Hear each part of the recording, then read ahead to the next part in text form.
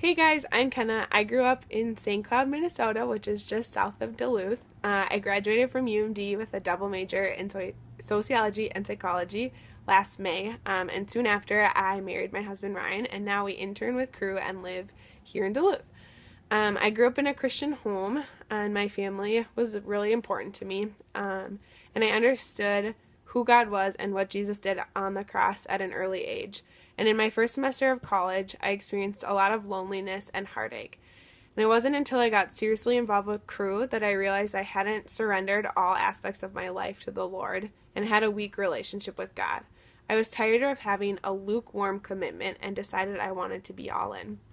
At that time, I had a skewed view of God and a misunderstanding of the gospel. I felt the need to live up to a perfect standard, so I worked really hard to keep up my perfect appearance. I did all the right things and said all the right words.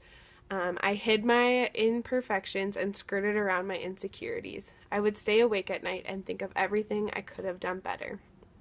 This sucked away my personality, my freedom, and my privilege to experience the gospel. I became prideful and shallow.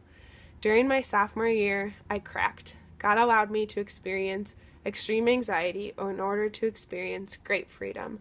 I spent the next 6 months rebuilding my view of God and my understanding of the gospel and finding who I wanted to be. I studied who God is and what He did by sending Jesus to the cross.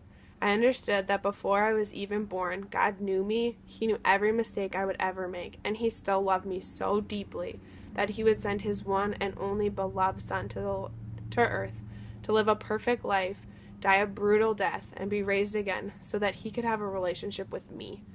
It was so easy to preach the gospel to others, but I wasn't believing it in my heart. I still struggle every day to fight the temptation to hold Kenna in and do what a perfect person would do. I am learning to allow God to transform my heart and let that be what flows out of me. As I do this, I find my faith to be more full of joy, hope, and promise. I feel free to make mistakes, look silly, and experience whatever God brings to my plate. I no longer fear a judgmental God, but trust a loving Savior who cares for me and views me as His daughter.